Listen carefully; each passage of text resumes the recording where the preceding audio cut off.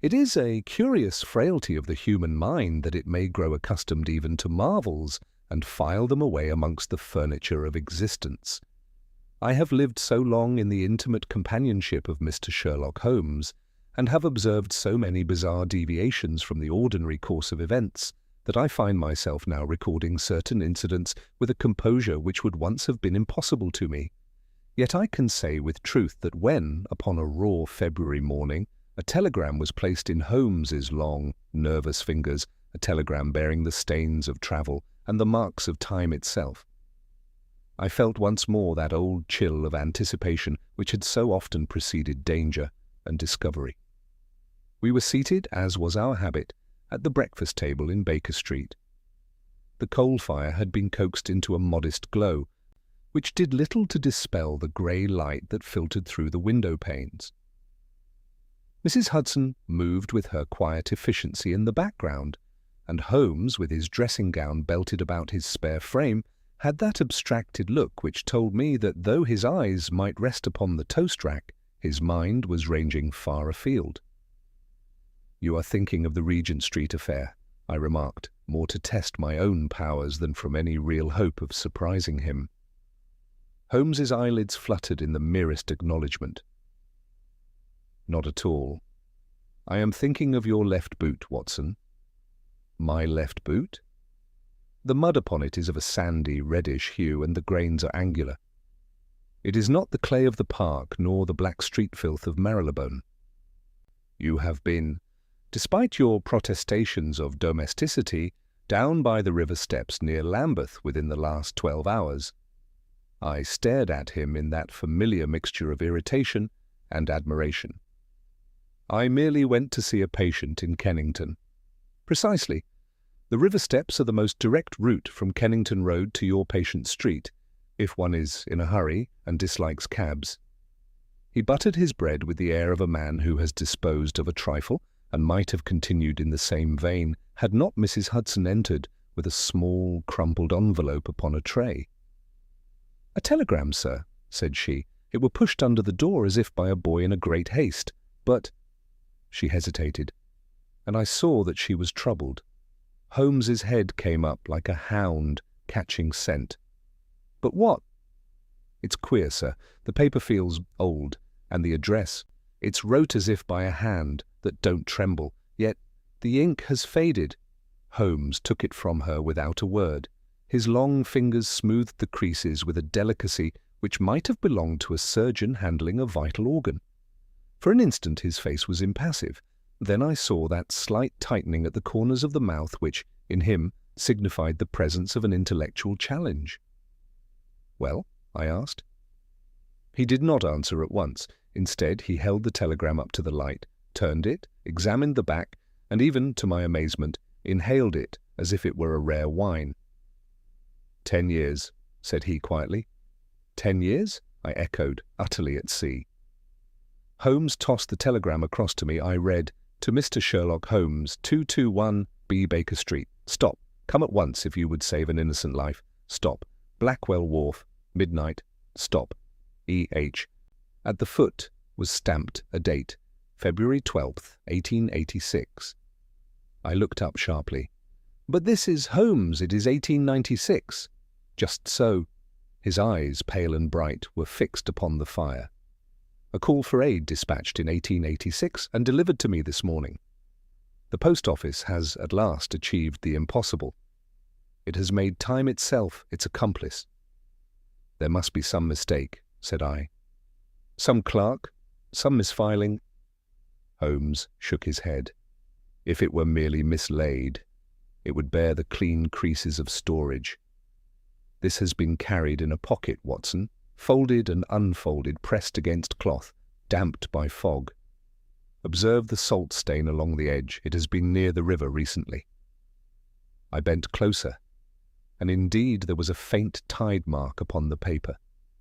A singular sensation crept over me, as if the air in the room had grown colder. "And the initials?" I murmured. "E.H. Do they signify anything to you?" Holmes's expression altered, and for the first time that morning I saw something like emotion pass over his features. A shadow, swift and suppressed.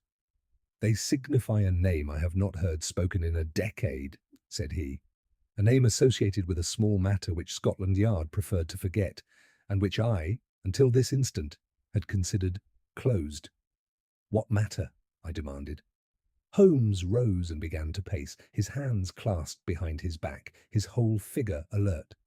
"In 1886, there was an incident at Blackwell Wharf. A man was found drowned, face down in the mud, with a gold watch in his pocket that did not belong to him. Lestrade made an arrest. The newspapers made a sensation. A confession was obtained with unseemly haste, and the machinery of justice did the rest." "And you?" "I was consulted," said Holmes, and there was iron in his voice. "I advised caution. I advised further inquiry. I was ignored. But if an innocent life was to be saved—" "Then it was not saved," said Holmes simply. "Unless—" He stopped abruptly and snatched up the telegram again. "Unless this is not a plea from the past at all, but a signal arranged in the present." "How could that be?" Holmes gave a thin smile.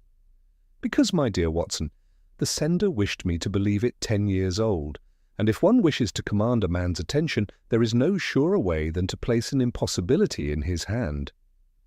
He crossed to the mantel and took down his violin, then set it aside again, as if deciding against music. "We shall go to Blackwell Wharf tonight." "At midnight?" I asked. "At midnight," said Holmes, "but the telegram is dated for tomorrow, February 12th, 1886. Holmes's eyes glittered. "And tomorrow, Watson, is February 12th once more." I confess that I did not understand his meaning until he drew a calendar toward him and tapped the date with a forefinger. "February 12th, said he, "the same day, 10 years apart. If a trap was set then, it may be sprung now. And if an innocent life was once lost, another may be intended to follow it." Outside, the London fog thickened against the glass as if the city itself leaned in to listen. Holmes stood very still, telegram in hand, like a man holding a thread that vanished into darkness. I felt, with that instinct which has so often served me in our adventures, that we were about to step once more into a labyrinth where time, truth, and human wickedness were entwined, and that somewhere at the end of it waited the quiet, merciless clarity of Holmes's mind. Holmes spent the greater portion of that day in a state of suppressed intensity which I have learned to recognize as the prelude to action. He neither smoked nor played. Even the chemical apparatus upon the side table remained untouched. Instead, he examined the telegram at intervals, measuring it with a small ivory rule, comparing the paper with samples from his indexed files, and consulting his commonplace book with a rapidity that bespoke familiarity rather than haste. By noon he had dispatched a note to Inspector Lestrade and received, within the hour, a reply consenting to meet us at Blackwell Wharf that night. The brevity of the inspector's message suggested reluctance rather than enthusiasm. I could not blame him. To be summoned to a decade-old wharf upon the strength of an antiquated telegram must have appeared to Lestrade as either a jest or a relapse into one of Holmes's more theatrical moods. "Lestrade was the arresting officer in the original affair," Holmes remarked, folding the note with precision. "He will come, if only to prove that he was right." "And was he?" I ventured. Holmes gave me a look of mild reproach. "My dear Watson, I have never known you to confuse a legal conclusion with a logical one. The man convicted, Edward Hawthorne, was a dock labourer of good repute until a run of gambling losses pressed him sorely. The deceased, a shipping clerk named Martin Bellamy, had been seen in his company upon the night in question. Hawthorne was discovered near the body, his boots thick with river mud. Bellamy's watch was found in his pocket. It seems damning. It seems convenient," Holmes corrected. "Too convenient. Hawthorne protested that the watch had been forced upon him in a scuffle and that Bellamy had been alive when he last saw him. No motive beyond the watch was established. No witness saw the fatal blow, if blow there was. The jury deliberated for less than half an hour. And the initials, E.H.? "Edward Hawthorne," said Holmes softly. "The man who was hanged at Pentonville Prison on March 3rd, 1886. I confess that I started. "Then the telegram was sent by a dead man," Holmes concluded, "or by someone who wished to speak in his name." The afternoon waned beneath a pall of low cloud, and by the time we set out the streets were already steeped in that damp twilight peculiar to the London winter. Holmes wore a dark ulster and carried his walking stick, though I observed the faint bulge in his pocket which indicated the presence of his revolver. For my own part, I was armed and not a little uneasy, for the prospect of revisiting an injustice long buried carried with it a certain moral weight. Blackwell Wharf lay eastward, where the Thames widens and the warehouses stand like grim sentinels along the water's edge. The cobbles were slick beneath our feet, and the gas lamps flickered in the mist. We arrived some minutes before midnight and found Lestrade already there, his thin figure wrapped in a heavy coat, his keen face sharpened by impatience. "This is a wild goose chase, Mr. Holmes," he began at once. "If you've dragged me out for a ghost story—" Holmes handed him the telegram without comment. Lestrade peered at it beneath the nearest lamp. "I remember the case," he said after a moment. "Hawthorne was guilty enough. We had the watch, we had the mud, we had his own temper as proof." "Temper is not proof," Holmes returned. "It is merely fuel." Lestrade sniffed. "The man is dead. What more is there to say?" "That depends," said Holmes quietly, "upon whether another life is to be taken tonight." The inspector stared at him. "You think—" "I think that someone has gone to elaborate pains to reproduce the circumstances of that earlier crime. The telegram, delayed or preserved, is bait. The date is chosen to mirror the original. The location is identical. Such symmetry argues intention." Lestrade's expression altered from irritation to wary attention. "And who would profit by stirring up an old hanging?" "That is what we are here to discover." The wharf itself was a desolate stretch of timber and stone, with barges moored in shadow and the river lapping sluggishly below. A narrow stair descended to the mud at low tide. It was there, Holmes informed me in a low tone, that Bellamy's body had been found. We spread out, Lestrade pacing the length of the wharf, I remaining near the stair, while Holmes stood motionless at its head, his gaze sweeping the gloom. The clock of a distant church began to toll the hour. Each stroke seemed to fall upon the fog like a weight. Midnight. For several moments nothing stirred but the water. I felt faintly foolish, as if we were actors upon an empty stage. Then from the far end of the wharf there came the echo of footsteps, hurried, uneven. A figure emerged from the mist, stumbling as if in flight. He was a young man, scarcely 30, his hat gone, his coat torn at the sleeve. Upon seeing us he halted, eyes wide with alarm. "Thank God!" he cried. "You came!" Holmes stepped forward. "You sent for me!" The man shook his head vehemently. No, I received a telegram this afternoon. It told me to come here at midnight if I valued my life." Holmes's voice sharpened. "Show it to me." With trembling fingers the stranger produced a folded paper. Holmes scanned it beneath the lamp.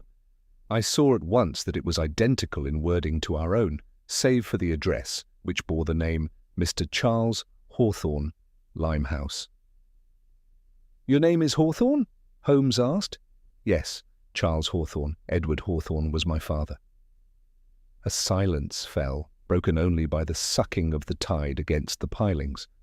"My father always swore he was innocent," the young man went on hoarsely. "He said he was framed. When I got this—" He gestured helplessly toward the telegram. I thought, someone knows the truth. Holmes's eyes flicked to the stair, then back to the shadows beyond the warehouses. "You came alone?" "Yes." "You told no one?" "No." Holmes nodded, as if confirming some private calculation. "Then the design is elegant," he murmured. "A son lured to the sight of his father's disgrace upon the anniversary of his death, if he were found drowned—" Lestrade uttered a sharp exclamation, and strode toward the stair. At that instant, there was a sudden scuffle in the darkness below, followed by the unmistakable splash of a body striking water. Charles Hawthorne gave a cry and rushed forward, but Holmes seized him by the arm with surprising strength. "Stand fast!" he commanded. From the river rose a desperate thrashing, and then a voice, choked, furious. "Help! For God's sake!" Lestrade's lantern flashed downward, illuminating the mud-slick steps, and the figure of a man clinging to the lowest rung, his boots sinking in the ooze as the tide crept in around him. Without a second's hesitation, Holmes flung himself down the slippery steps. I closed at his heels, while Lestrade, with a muttered oath, thrust his lantern into my hand and descended by another route. The tide was low but treacherous, the mud clutching at our boots like some living thing. The man below had lost his footing and hung half-submerged, his fingers white upon the iron rung, his face contorted with terror. "Keep your hold," Holmes cried. "Watson, your hand, quickly!" Between us we secured his collar and dragged him upward inch by inch until Lestrade seized him under the shoulders and hauled him bodily onto the stones above. The fellow lay gasping, foul with mud, his coat torn and one sleeve ripped clean away. I recognized at once that he was no common dock labourer. The cut of his clothes and the whiteness of his hands proclaimed him a man of clerical or mercantile habits. Holmes mounted the steps more deliberately, his gaze not upon the rescued man but upon the dark stretch of wharf beyond. "You were pushed," he said quietly. The man, still panting, nodded vehemently. "From behind, no warning. I was waiting for him." He broke off, staring wildly about. "For whom?" Lestrade demanded. "For Charles Hawthorne." All eyes turned to the young man, who stood ashen-faced at the head of the stair. "You know me?" Charles asked in bewilderment. "I have seen you before," the stranger replied, struggling to sit upright. "At the inquest, years ago. You were a boy then." Holmes crouched beside him. "Your name, sir?" "Edmund Bellamy." I saw Charles Hawthorne recoil as if struck. "Bellamy?" he repeated. "Then you are—" "Martin Bellamy was my brother," said the man bitterly. "The man your father murdered." A tense silence settled upon us, thick as the fog. Holmes's expression did not alter. "And you received a telegram this afternoon summoning you here?" "Yes." Bellamy fumbled in his pocket with shaking hands and produced a sodden paper. Lestrade took it and held it to the lantern light. It bore the same chilling message, identical even to the curious arrangement of the words. "3 telegrams," Holmes murmured. "One to myself, one to the son of the condemned man, and one to the brother of the victim, all converging at midnight upon the original scene." Lestrade's brows knit. "Someone means to stage a reckoning." "Or to ensure that suspicion falls most conveniently," Holmes returned. Bellamy struggled to his feet, leaning heavily upon the rail. "You think Hawthorne's whelp did this?" He pointed accusingly at Charles. "Lured me here to finish what his father began?" "That is monstrous," cried Charles. "I swear I came alone, and for the same reason you did, to learn the truth." "The truth?"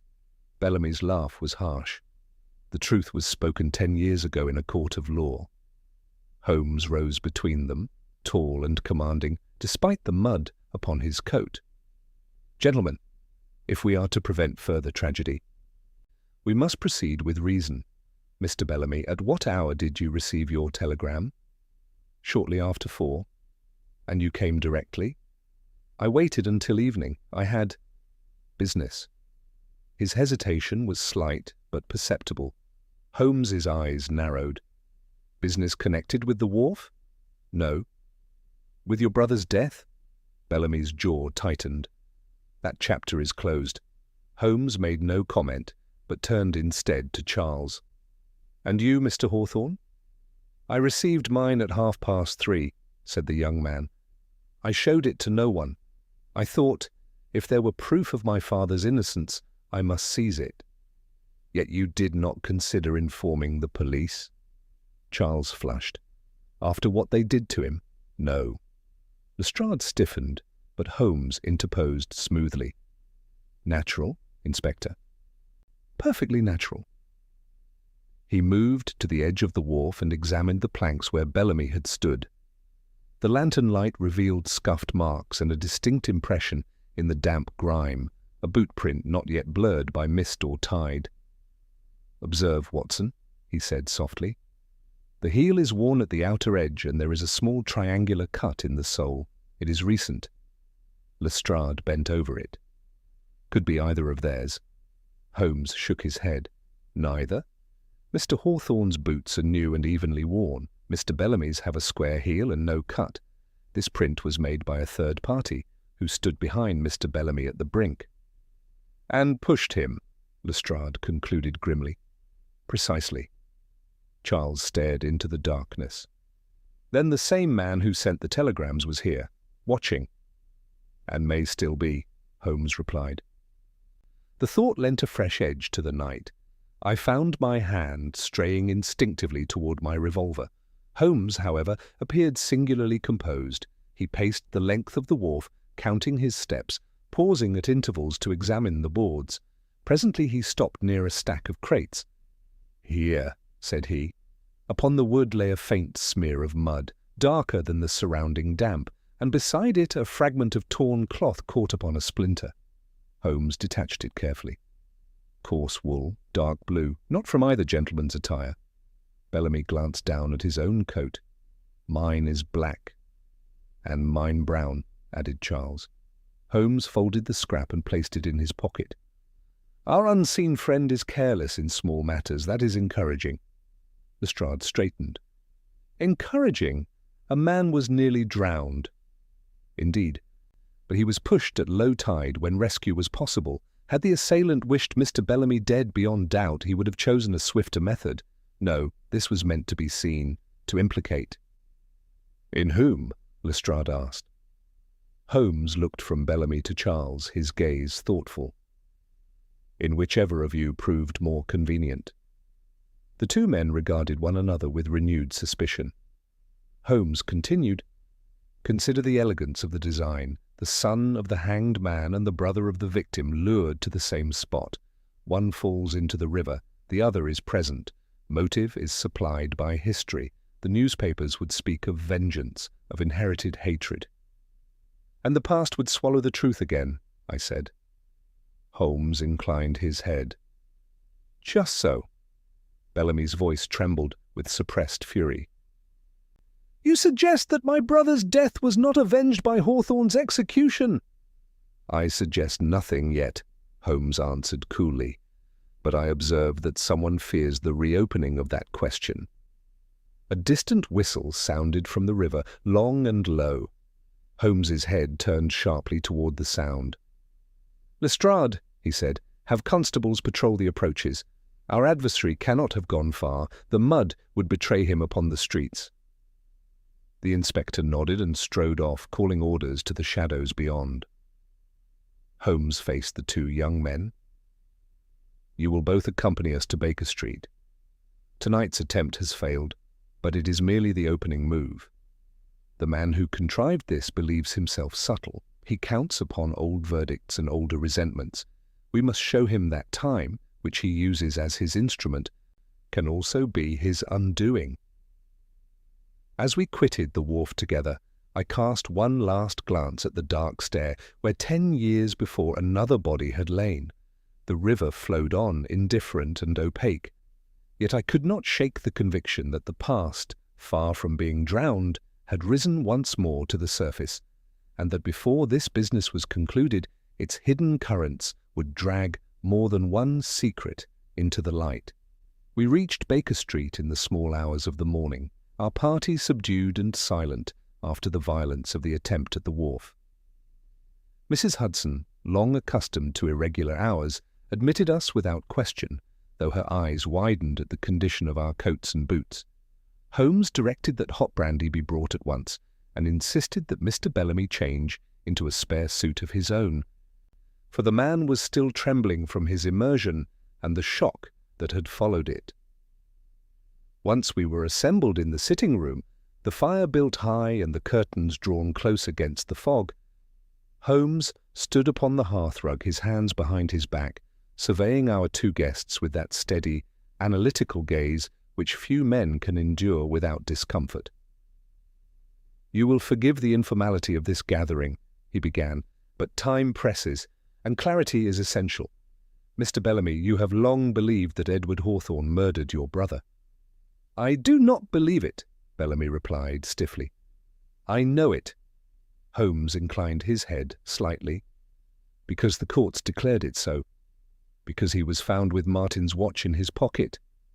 And because he had quarrelled with your brother earlier that evening," Holmes added quietly. Bellamy started. "How do you know that?" "I have refreshed my memory of the case," said Holmes. "The quarrel concerned a debt, did it not?" Bellamy's eyes flickered. "Yes. A gambling debt owed by Hawthorne to your brother?" A flush crept up Bellamy's neck. "That was the testimony." Holmes's gaze sharpened. "Not your own testimony, I think? You were not present at the quarrel." "No," Bellamy admitted reluctantly. "I was told of it." "By whom?" There was a brief hesitation. "By Mr. Percival Linton. He was my brother's employer." Holmes exchanged a swift glance with me, though at the time I could not divine its significance. "And Mr. Linton," he continued smoothly, "was present at the inquest? He gave evidence, yes. As to the debt and the character of the deceased? Yes." Holmes nodded, as if fitting a small piece into place. He turned then to Charles Hawthorne. "Your father maintained his innocence to the end?" Charles's voice was low but steady. "To the end. He wrote to me from prison. He said he had been drawn to the wharf by a message that someone had told him Martin Bellamy wished to settle the debt privately. When he arrived, there was an altercation, but he swore that when he left, Bellamy was alive." "Did he name the messenger?" Holmes asked. "He said it was a clerk from Linton and Graves, the shipping firm, a thin fellow with spectacles. He did not know his name." Bellamy gave a short, incredulous laugh. "Convenient." Holmes raised a hand. "Let us avoid conclusions for the present. Mr. Bellamy, you mentioned earlier that you had business this evening before coming to the wharf." Bellamy stiffened. "Yes." "Business with whom?" "With Mr. Linton." The effect of this admission was immediate. Charles leaned forward, and even I felt a quickening of interest. "At this late hour?" Holmes inquired mildly. "It was not late when I called," Bellamy replied. "I received the telegram at 4. I went at once to Linton's office to show it to him. I thought—" He hesitated, then continued with difficulty.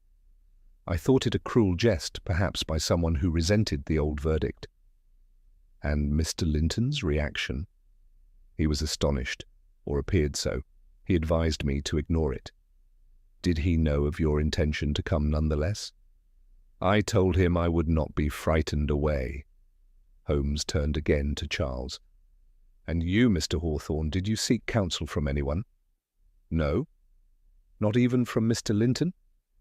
"I have never met him," Charles replied. Holmes's long fingers tapped lightly against his sleeve. "Curious?" Lestrade, who had been pacing impatiently near the window, halted. "You think this Linton fellow is mixed up in it?" "I think," Holmes said carefully, "that we must examine the foundations upon which the original conviction rested. Mr. Bellamy, your brother, was employed by Linton and Graves?" "Yes. He handled shipments and accounts." "And had access to company funds?" Bellamy's eyes narrowed. "What are you implying?" "Nothing yet.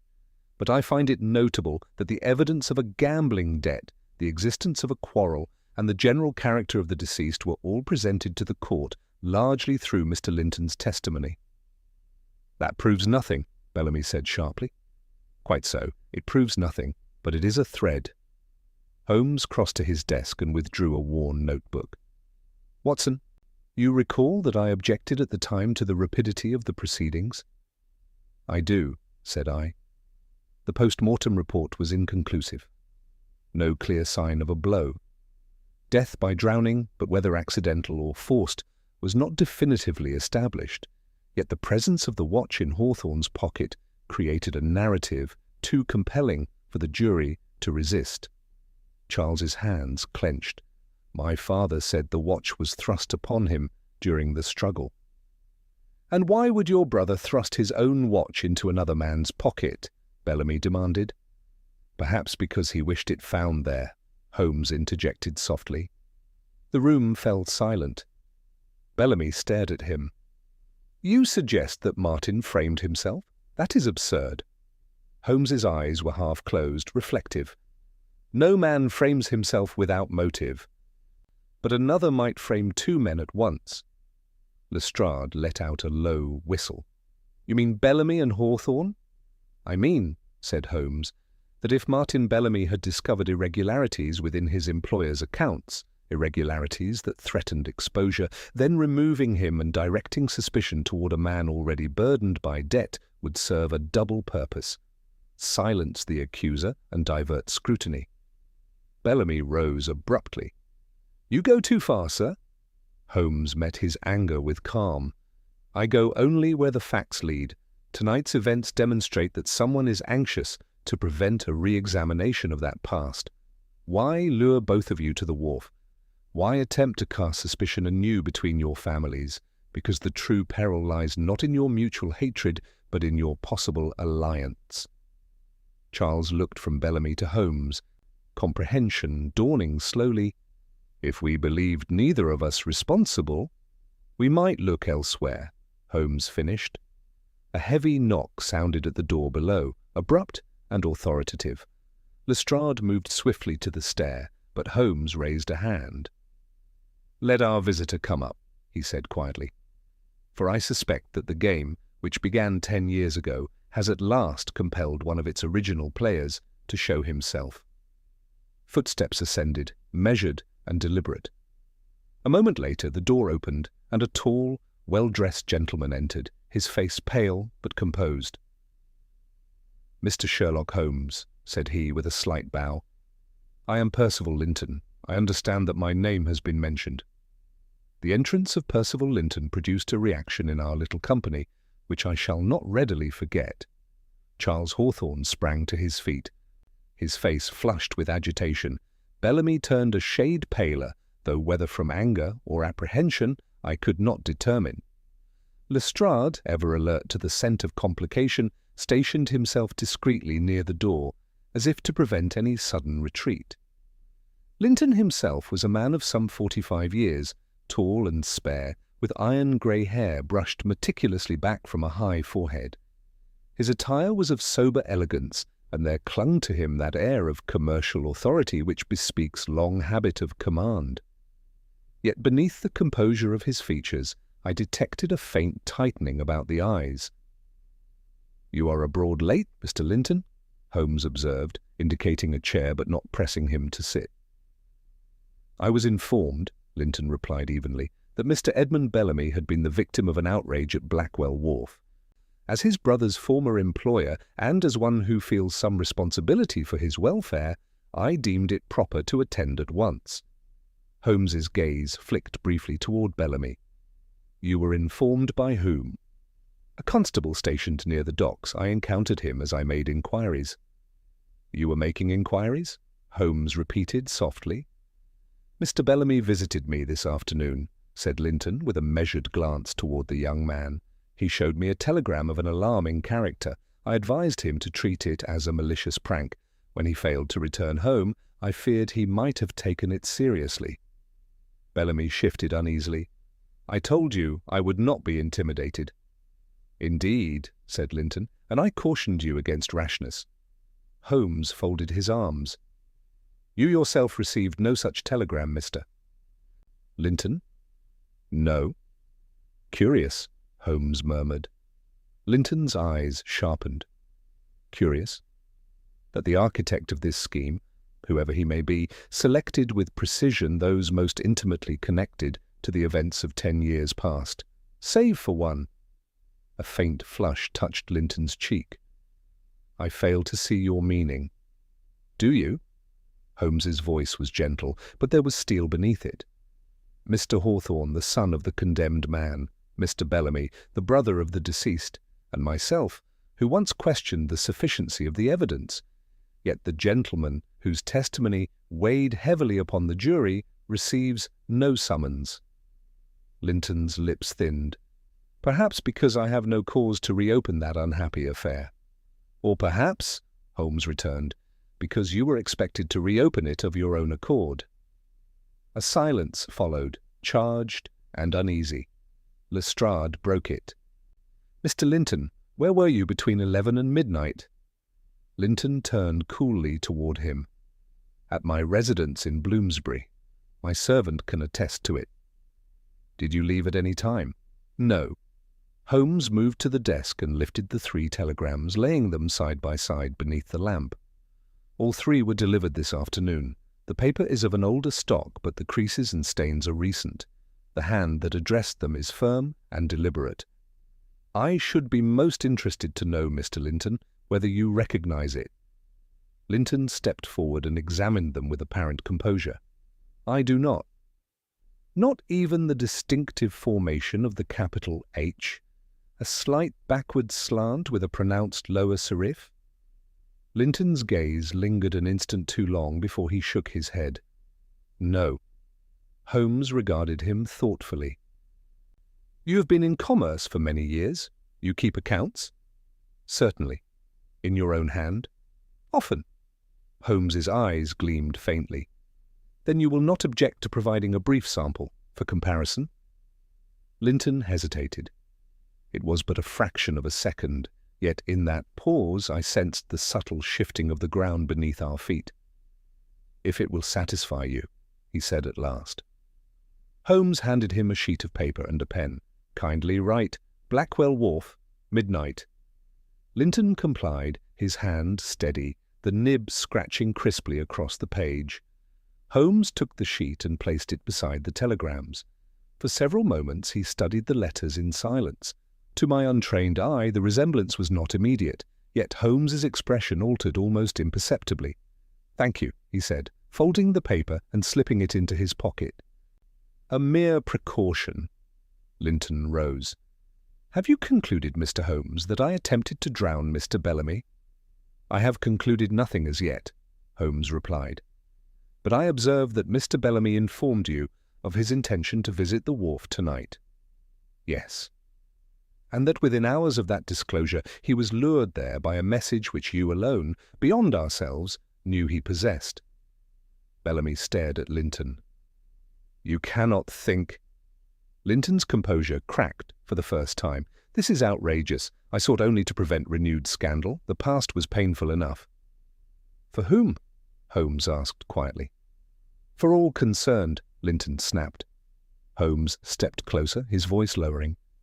Was it painful for Martin Bellamy when he discovered discrepancies in the accounts of Linton and Graves? Was it painful when he threatened to expose them? Bellamy recoiled. What is this? Linton's face had grown very pale. Slander. Is it? Holmes continued inexorably. 10 years ago your firm faced financial strain. A shipment insured at a considerable sum was reported lost. Shortly thereafter Martin Bellamy drowned, and Edward Hawthorne was convicted. The matter was closed with remarkable efficiency.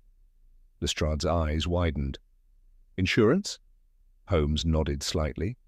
A policy taken out by Linton and Graves on the missing cargo. The claim was paid within weeks of the trial. Charles Hawthorne spoke hoarsely. You mean my father died so that your accounts would remain unexamined? I mean, said Holmes, that if Martin Bellamy had uncovered fraud within the firm, his death and the convenient condemnation of a debtor would have removed both threat and scrutiny. Linton's hands clenched at his sides. You have no proof. Not yet, Holmes agreed. But tonight's attempt betrays anxiety. Someone feared that the sons of the past might unite and question what was once accepted without scrutiny. Bellamy's voice trembled. Did my brother? Did he confront you? Linton said nothing. Holmes's gaze was relentless. Did he demand restitution or threaten to go to the authorities? Still no reply. Lestrade stepped forward. Mr. Linton, I must insist. At that instant, Linton moved with sudden violence. He darted toward the door, but Lestrade was prepared. The inspector seized him by the arm, and in the struggle that followed, a small revolver fell from Linton's coat to the carpet. The room seemed to contract around us. Holmes stooped, picked up the weapon, and examined it with cool detachment.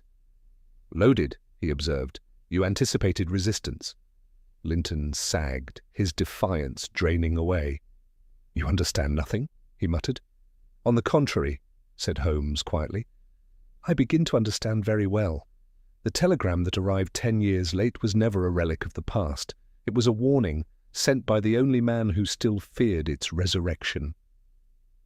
And as Lestrade tightened his grip upon Percival Linton, I saw in Holmes's eyes that the labyrinth of a decade had at last yielded its central thread, though the final unravelling still lay before us.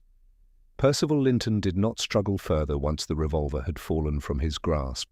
Indeed, it was as though the small weapon lying mute upon the carpet had drawn from him the last reserves of resistance. Lestrade retained his hold, though less forcefully now, while Holmes regarded the man with an expression not of triumph, but of grave and searching interest. "You anticipated opposition," Holmes repeated quietly. "That suggests not innocence, but expectation." Linton gave a short, strained laugh. "Expectation of madness, perhaps. I came armed because I suspected Hawthorne's son of reckless vengeance. The wharf is no place for gentle discourse." Charles Hawthorne flushed, but Holmes raised a hand to still him. "You were at your residence between 11 and midnight?" Holmes asked. "Yes." "And yet you arrived here within minutes of our return from the wharf. Bloomsbury is not so near as that, Mr. Linton. I hired a hansom." "At this hour?" Holmes's eyes glinted. "Remarkable efficiency."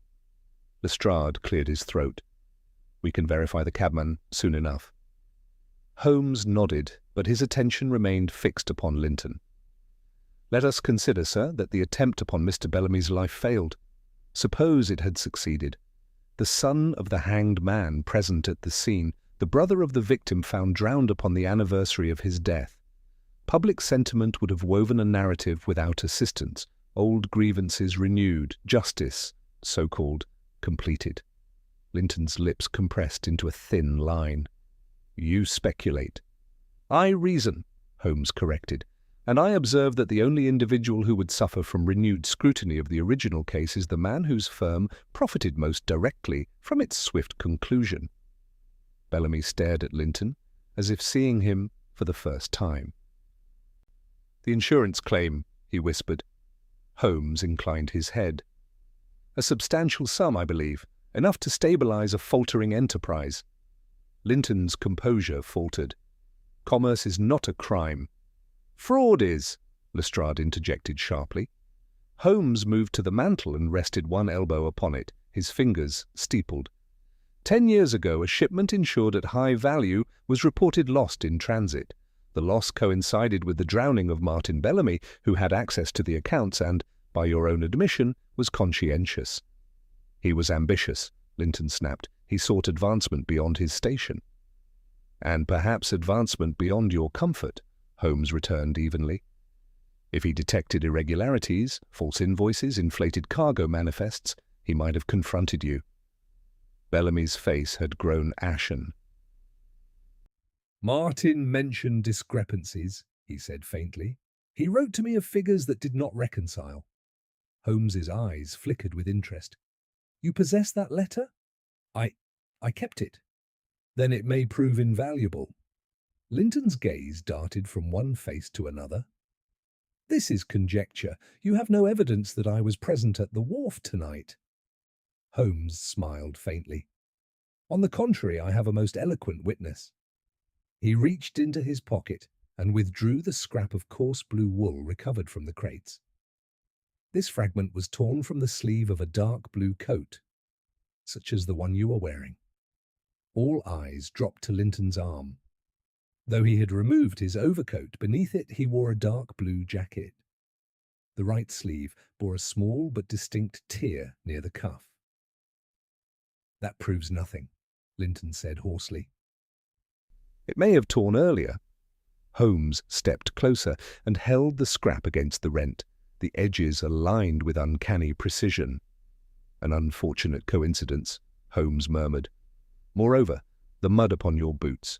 Permit me. Before Linton could protest, Holmes knelt and examined the soles. The outer heel of the right boot was worn distinctly at the edge, and near the instep there was a small triangular cut. The print at the wharf, Holmes said softly to Lestrade, displayed precisely these characteristics. Lestrade's eyes gleamed. I saw it. Linton's shoulders sagged. Even if I were present. You would claim to have arrived too late to prevent the assault, Holmes suggested. Yet Mr. Bellamy was pushed from behind. The assailant fled immediately. No one else was observed. A heavy silence settled upon the room. Charles Hawthorne stepped forward, his voice trembling.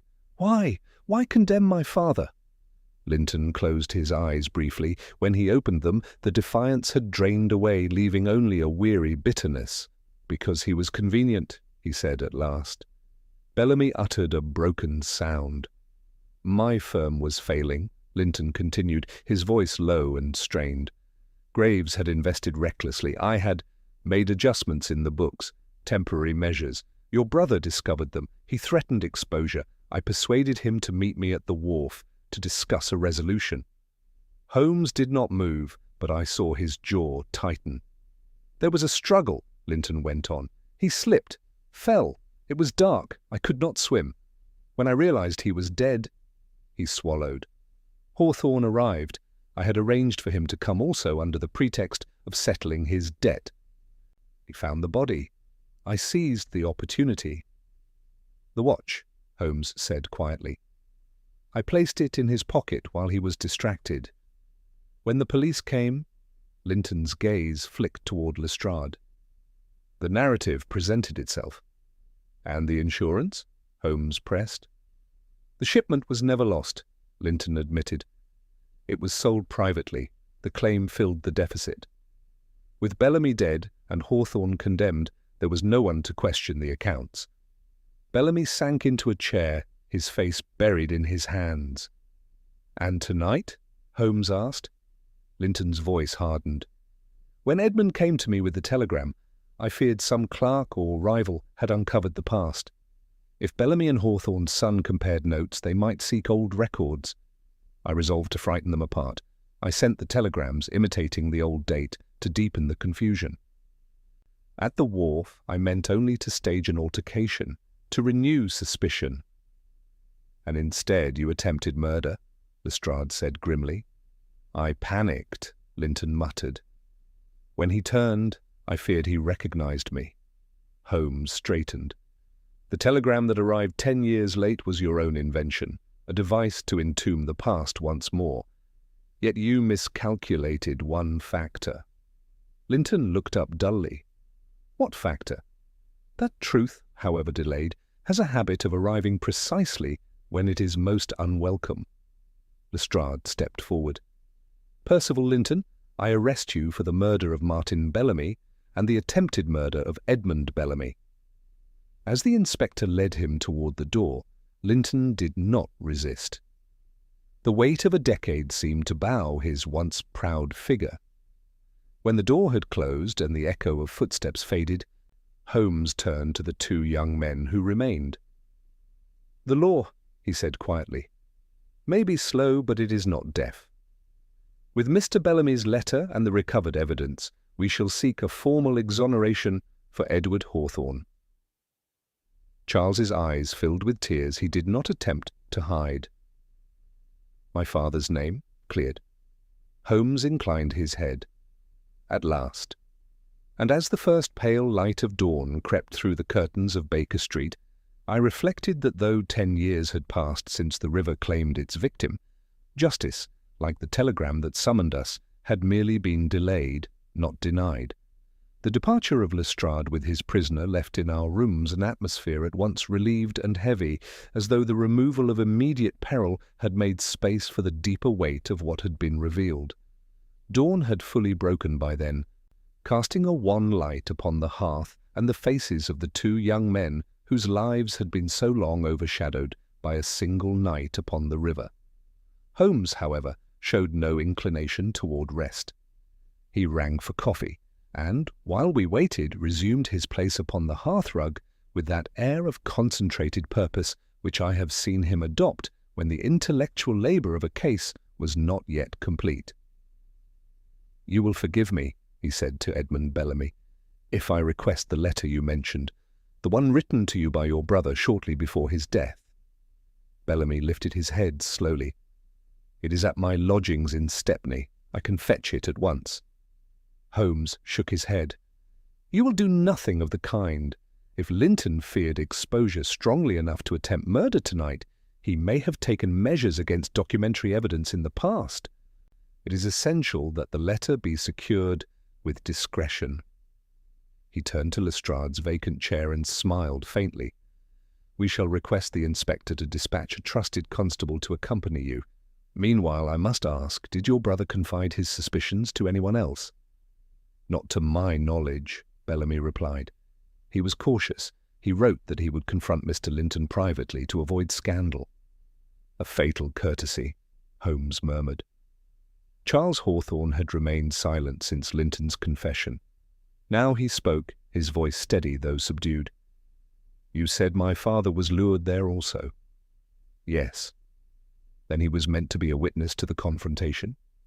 "More than that," Holmes replied. "He was meant to be a scapegoat from the outset, a man in debt known to have quarrelled with Bellamy. His presence ensured that suspicion would fall swiftly and securely." Charles's hands clenched upon his knees. "He told me he saw someone else on the wharf that night, a shadow near the crates. But no one believed him." Holmes's eyes sharpened. "That detail did not appear in the trial transcript. They said it was the invention of a desperate man." Holmes paced slowly across the room. "Linton claimed tonight that the struggle resulted in an accidental fall. I do not wholly credit that.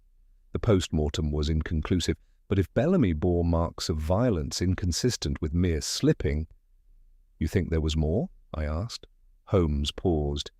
"Linton's narrative serves his present purpose. It minimizes intent, yet a man who has falsified accounts and manipulated justice may also color his memory to soften it." Bellamy looked up sharply. "You mean he struck my brother?"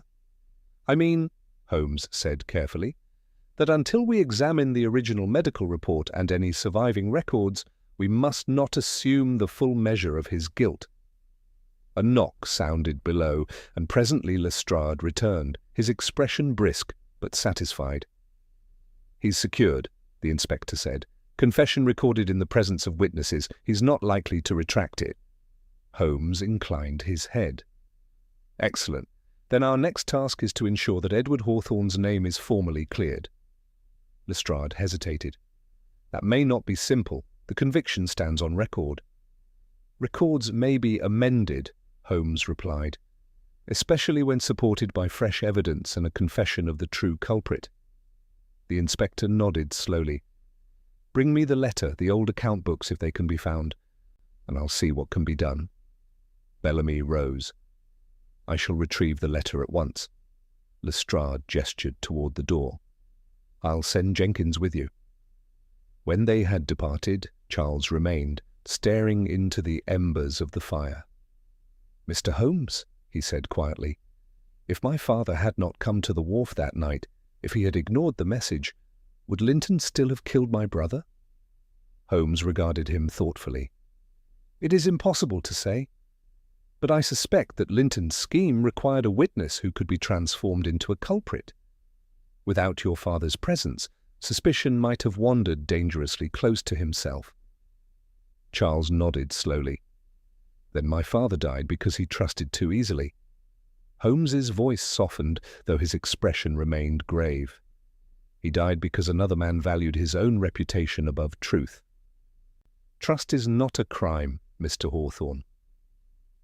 For a time we sat in silence. The events of the night seemed already to assume that peculiar clarity which follows the resolution of peril.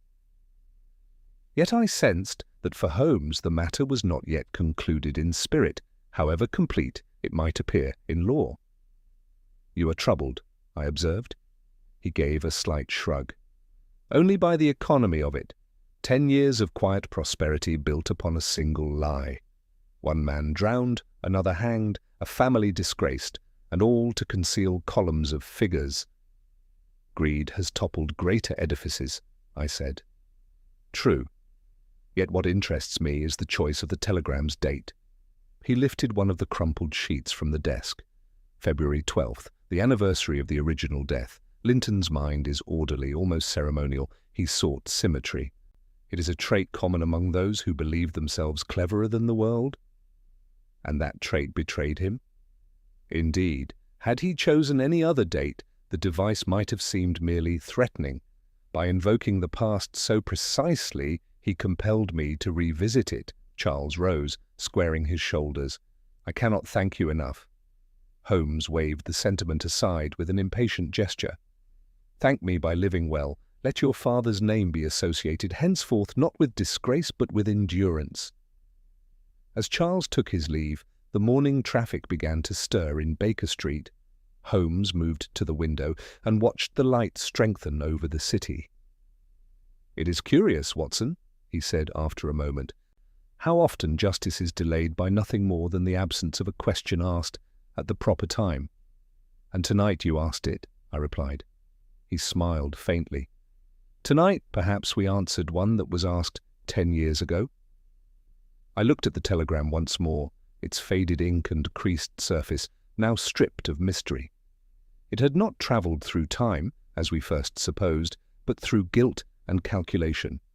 Yet in its belated arrival it had achieved what it seemed to promise. It had saved an innocent life and restored another long lost to honour. Holmes turned from the window, already reaching for his violin. Come, Watson, the day is young and London is rarely content with a single drama. And as the first notes rose, clear and contemplative above the quiet room, I reflected that though the river at Blackwell Wharf would continue its indifferent course, the shadows that once clung to its banks had at last been dispersed by the steady light of reason. Holmes's violin had scarcely ceased its low, reflective cadence when Lestrade returned once more, this time accompanied by Edmund Bellamy and a uniformed constable bearing a small tin dispatch box.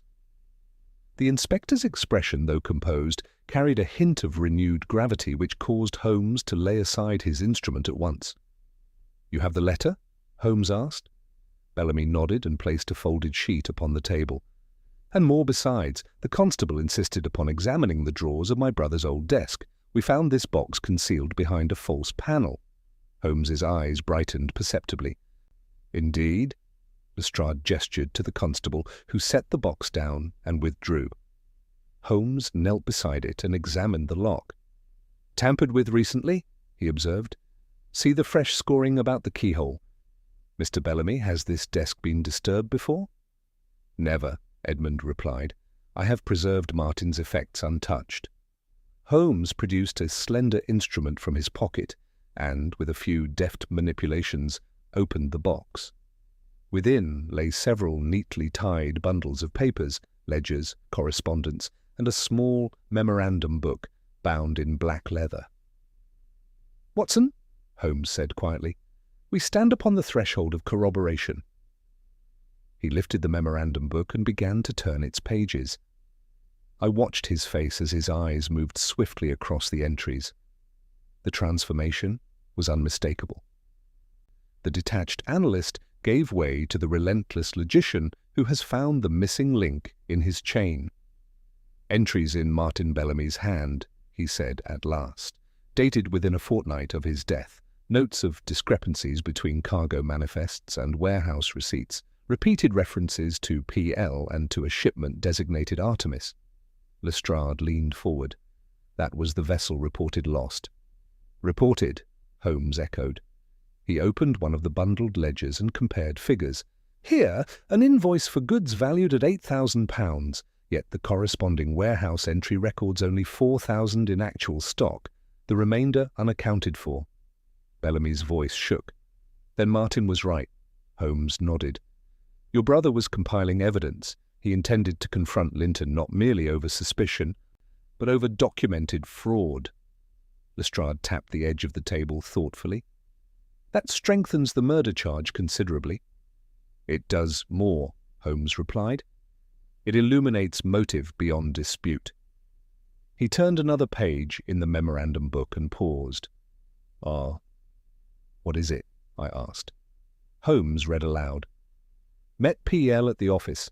He denies all, grows heated, agrees to meet at Blackwell Wharf tomorrow evening, says he will bring final accounts." A silence fell. "Tomorrow evening," Bellamy repeated faintly. "That was the night he died." Holmes closed the book gently. There can now be no doubt that the meeting was arranged directly between them. Edward Hawthorne's presence was secondary, engineered to provide a scapegoat. Charles Hawthorne, who had returned quietly and stood near the door, drew a long breath. "Then my father spoke truth." "He did," Holmes said simply. Lestrade straightened. "With this evidence and Linton's confession, we can petition for a formal inquiry. The Home Office will not ignore such documentation." Holmes rose and crossed to the window once more. The morning had ripened into full day, yet the events of the night seemed still to cling to us like a lingering mist. "There is one matter yet unresolved," he said. Lestrade frowned. "Unresolved? Linton has confessed." "To fraud and to the events of tonight," Holmes replied. His admission regarding the precise manner of Martin Bellamy's death was less explicit. He claimed an accidental fall during a struggle. Bellamy stiffened. "You doubt him?" "I doubt any narrative offered under the pressure of exposure," Holmes answered calmly. "The memorandum book suggests premeditation in the meeting. If Linton brought final accounts, as he claimed, he must have anticipated confrontation. Whether he intended violence from the outset remains to be established." Lestrade shrugged. "The difference between manslaughter and murder, perhaps." "The difference between panic and design," Holmes corrected. "And design is the more instructive." He turned back to the table and examined the ledgers again. "Note here," he said, pointing to a column of figures, "a substantial withdrawal recorded 2 days before the meeting. The sum corresponds almost precisely to the value of the missing goods." "You think he converted them to cash?" I asked. "Or secured them elsewhere?" "It suggests preparation, tidying accounts before eliminating the one man who could expose them." Bellamy's hands trembled. "Then my brother went to that wharf believing he would see justice done." Holmes's expression softened. "He went believing that reason would prevail. In that, he was not unlike myself." The inspector cleared his throat. "I'll have officers search Linton's premises and the firm's warehouses. If any trace of the Artemis cargo remains, we shall find it." Holmes inclined his head. "Do so with dispatch. Time has already served the guilty too well." As Lestrade gathered the documents, I observed that Holmes retained the memorandum book. "You intend to keep it?" I asked. "For the present," he said. "It is the voice of a dead man. I would read it thoroughly before it enters the machinery of official procedure."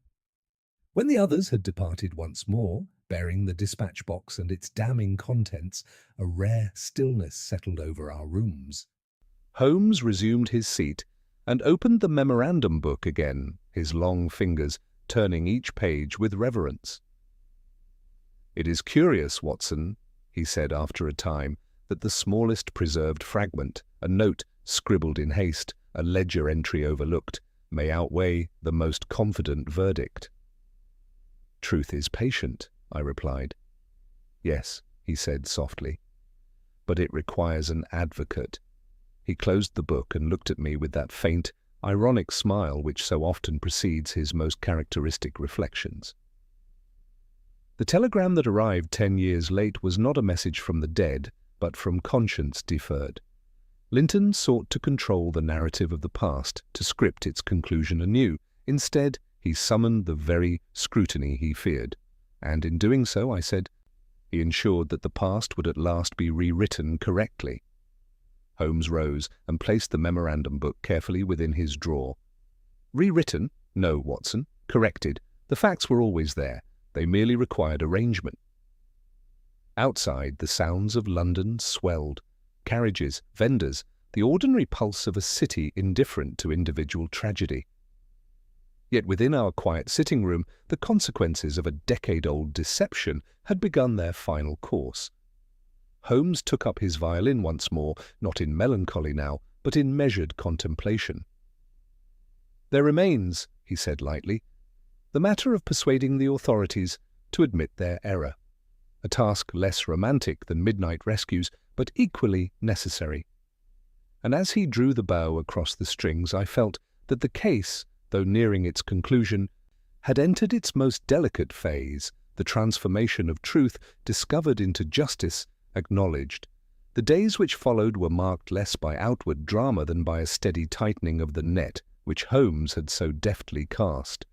Yet I have learned that in my friend's practice the quieter intervals often concealed the most decisive movements.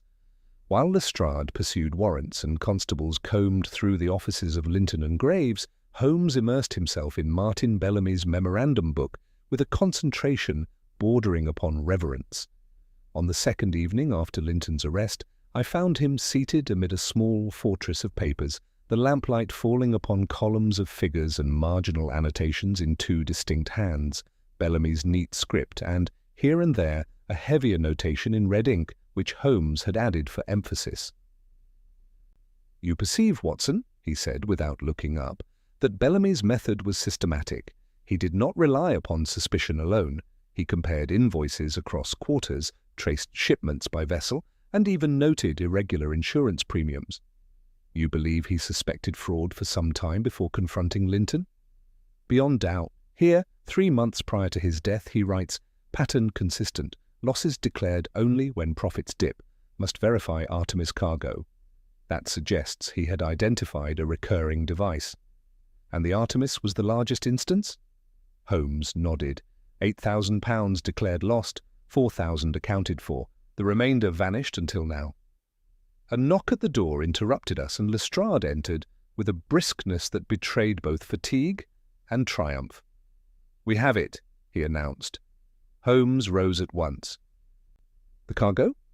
"Stored under a false designation in a warehouse leased privately by Linton, much of it intact, textiles and machinery components bearing the original marks. The insurance company has already confirmed the claim was paid in full 10 years ago." Holmes permitted himself a thin smile. "Then the chain is complete." Lestrade removed his gloves and drew nearer to the fire. "Linton's clerk, one Graves, has also been located. He admits knowledge of the fraudulent entries, though he claims Linton directed all. Says he feared dismissal if he refused." "Graves," Holmes murmured. "The silent partner in both commerce and concealment." "He'll testify," Lestrade added, "especially now that the books are seized." For a moment none of us spoke. The machinery of justice, so long delayed, had begun at last to turn. "There remains," Holmes said thoughtfully, "the matter of Edward Hawthorne's conviction." Lestrade nodded.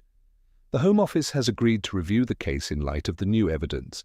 It is rare, Holmes, very rare, that a verdict is overturned posthumously.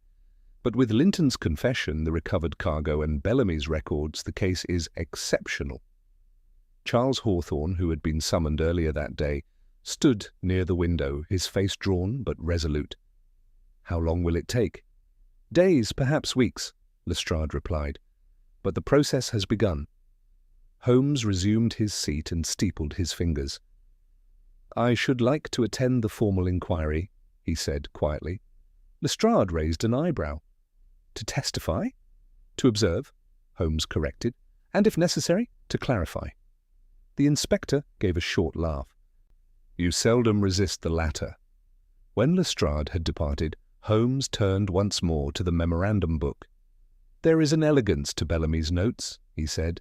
"He was thorough, yet cautious. See here, he refrains from accusation.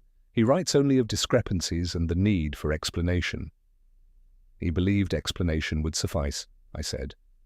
"Yes," Holmes replied softly. He underestimated the desperation of a man cornered. That night, as I retired, I reflected upon the curious symmetry of the affair. A telegram contrived to revive suspicion had instead resurrected truth.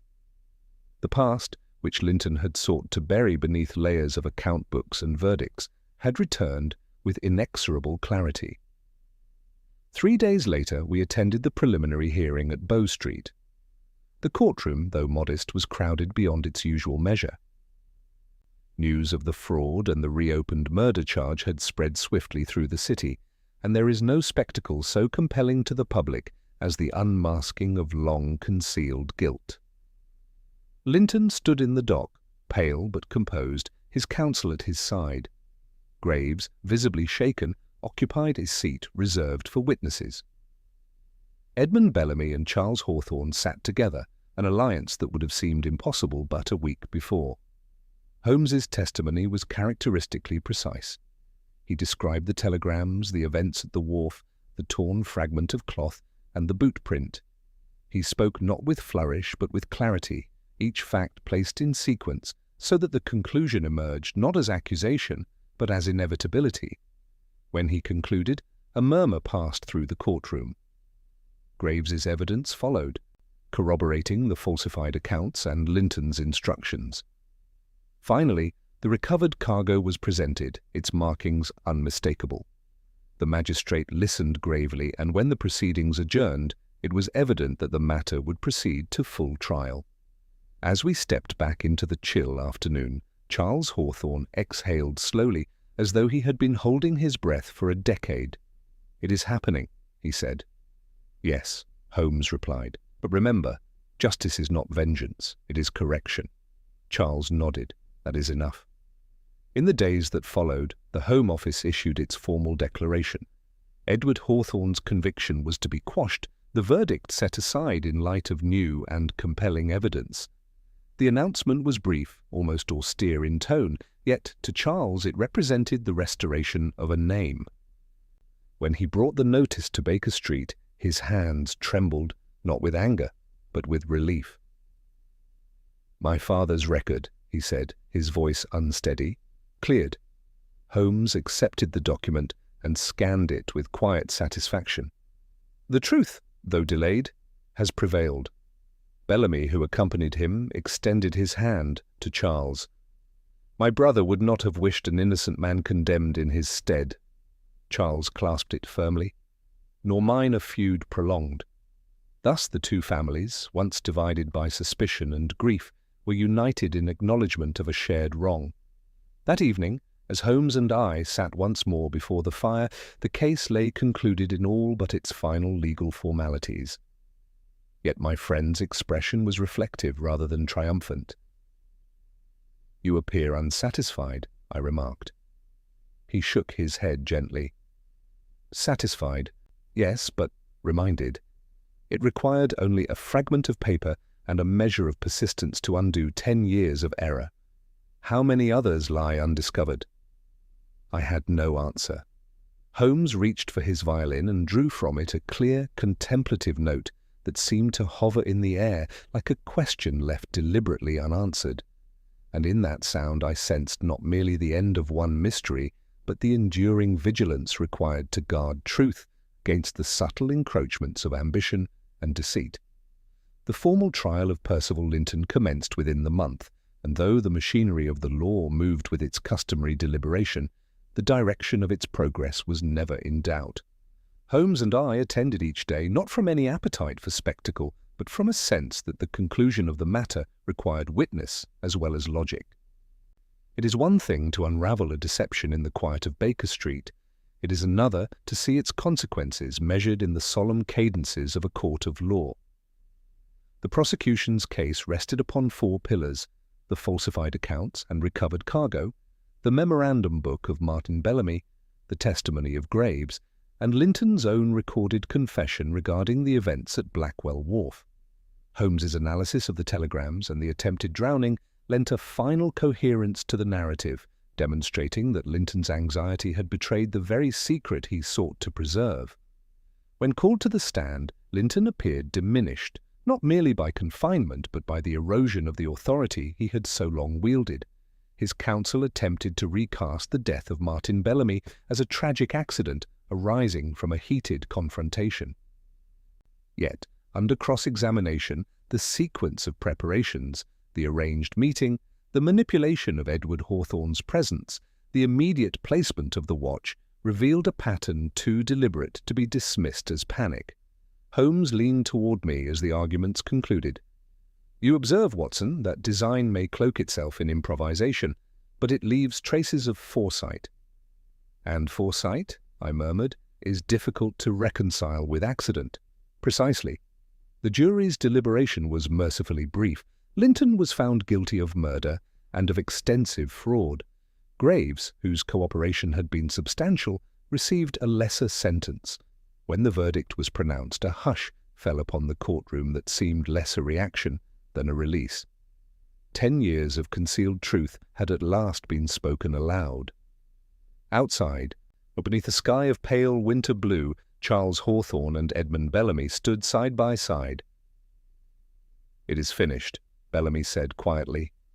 "Yes," Charles replied, "for both our fathers." Holmes regarded them with that rare expression of subdued approval which he seldom displayed openly. "Remember," he said, "that reconciliation is the true correction of injustice. Let not the errors of the past dictate the conduct of the future." They nodded, and as they departed together, I could not help but reflect upon the strange symmetry of their journey, from suspicion and inherited resentment to mutual understanding. In the weeks that followed, Edward Hawthorne's exoneration was formally recorded. Notices appeared in the press, modest but unequivocal. His conviction was annulled, his name restored. Charles brought a copy of the announcement to Baker Street, where he placed it upon our table with reverence. "My mother did not live to see this," he said softly, "but she believed to the end." Holmes inclined his head. Belief, when anchored in truth, requires only patience. When Charles had gone, Holmes remained for some time in reflective silence. The fire burned low, casting long shadows across the familiar clutter of chemical apparatus and correspondence. "You are unusually contemplative," I observed. He smiled faintly. "It is the habit of men who have seen how slender the margin may be between justice and error." "Yet you corrected it." Holmes shook his head. "I merely followed a thread left by another. It was Bellamy's diligence that preserved the facts. Without his memorandum book, suspicion would have remained conjecture." "And without the telegram?" Holmes's eyes gleamed. "Ah, the telegram. A device conceived in fear, intended to silence inquiry, yet serving instead to awaken it. It is a useful reminder that deception often contains within it the seeds of its own exposure." He rose and crossed to the window. The bustle of Baker Street flowed beneath us, indifferent and unceasing. "Time," he continued, "is not the ally of guilt, as many suppose. It dulls memory, yes, but it also preserves records, habits, and patterns.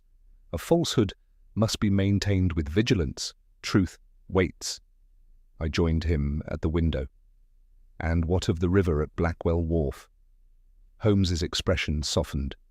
"It will flow as it always has, heedless of human frailty.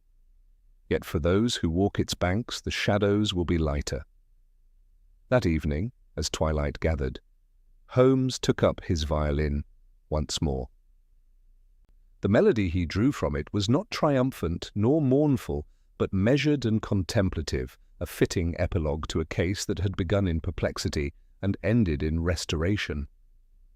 "You will write this one, Watson?" he asked lightly between phrases. "I shall," I replied, "though I fear my account can scarcely capture the precision with which you traced the matter." Holmes gave a quiet laugh. "Precision is merely attention sustained. The facts arrange themselves if one is patient." As I set pen to paper in the days that followed, I found that the image which lingered most vividly was not of the courtroom or the wharf, but of the moment when the faded telegram first lay upon our breakfast table, an artifact seemingly misplaced by time.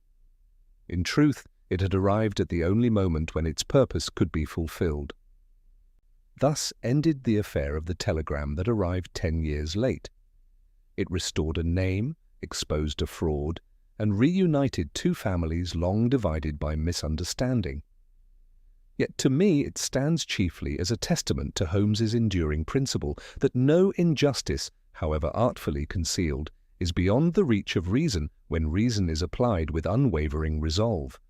Holmes himself, when I ventured such praise, dismissed it with characteristic brevity. "My dear Watson," he said, setting aside his violin, "the matter required no brilliance, only the refusal to accept the convenient explanation." And with that modest pronouncement, he turned his attention to a fresh bundle of correspondence, already alert to the next anomaly awaiting his scrutiny, while London, beyond our windows, resumed its inexhaustible procession of mysteries yet to be solved. Though the verdict had been rendered and the record amended, Sherlock Holmes was never a man to mistake legal closure for intellectual completion. Some days after the trial, as the winter light thinned across Baker Street, he sat with Martin Bellamy's memorandum book open once more upon his knee. "You are revisiting the case?" I asked. "I am ensuring that nothing remains unexplained," he replied. "A chain is only as strong as its least examined link." He turned back to the final entry Bellamy had written before his death. The ink, though faded, retained its firmness of hand. "If L refuses reconciliation, I must consider going beyond him. Evidence nearly sufficient.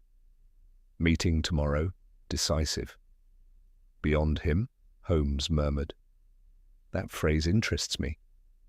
"You think Bellamy meant to approach the authorities?" I suggested. "Perhaps." "Or the insurance company. Recall that the claim upon the Artemis cargo was processed with unusual haste. If Bellamy had approached the insurers directly, Linton's fraud might have been exposed before blood was shed." Holmes rose and crossed to his files. From a drawer he withdrew the original telegram, the one that had begun our renewed inquiry. He laid it beside the memorandum book. "Observe, Watson," he said. "The wording. Come at once if you would save an innocent life." It was addressed to me, but it speaks in the present tense.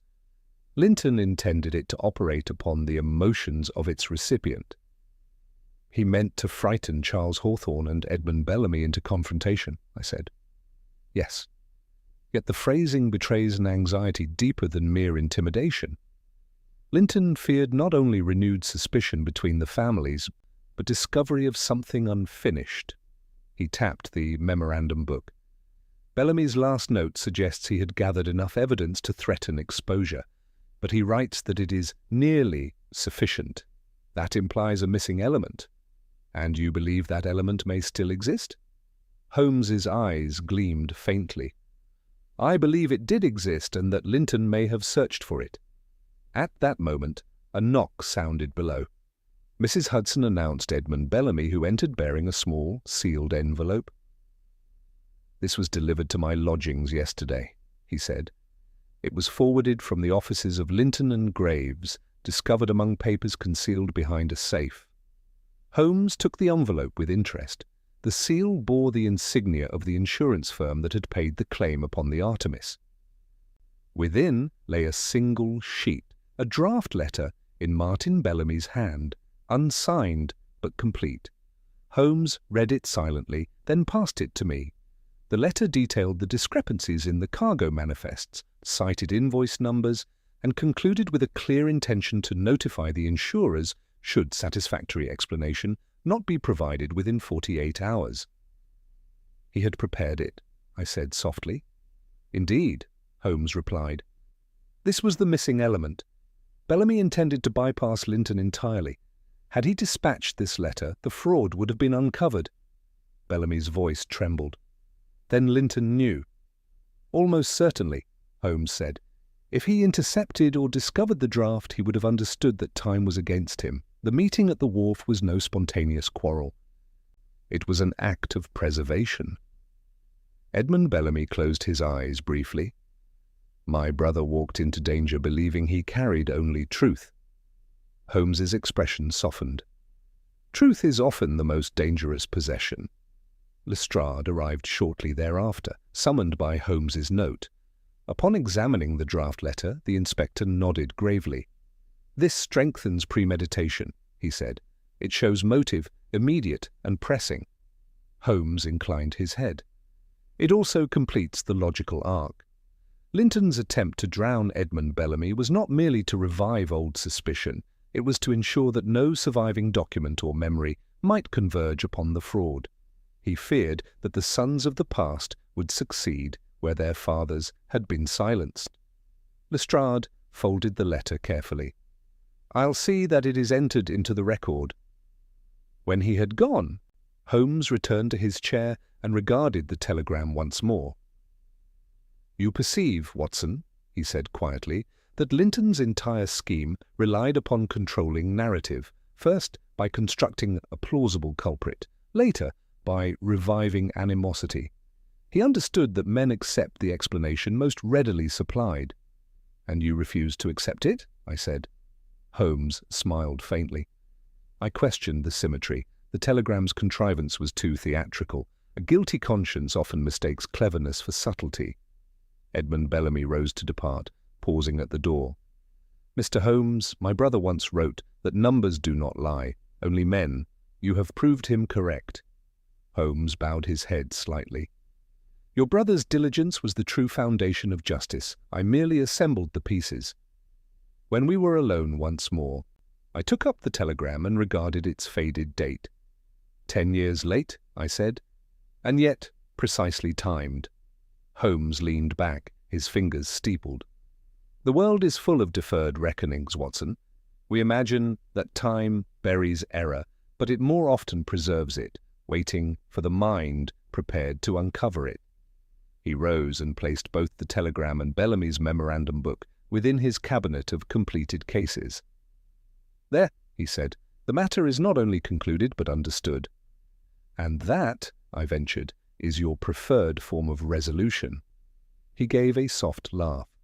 "Understanding is the only resolution worth seeking. Punishment may satisfy society, clarity satisfies reason." Outside, the afternoon sun broke briefly through the cloud, illuminating the street below with a pale, transient brilliance. Holmes took up his violin and drew from it a single, sustained note, clear, unwavering, and pure.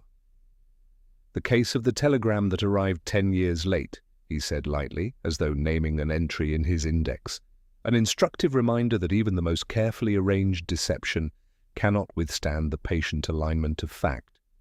And with that he set aside both instrument and reflection, already attentive to the next unopened letter upon the mantel, while I, mindful of the lesson, resolved to record faithfully how a message contrived to perpetuate injustice had instead summoned its undoing.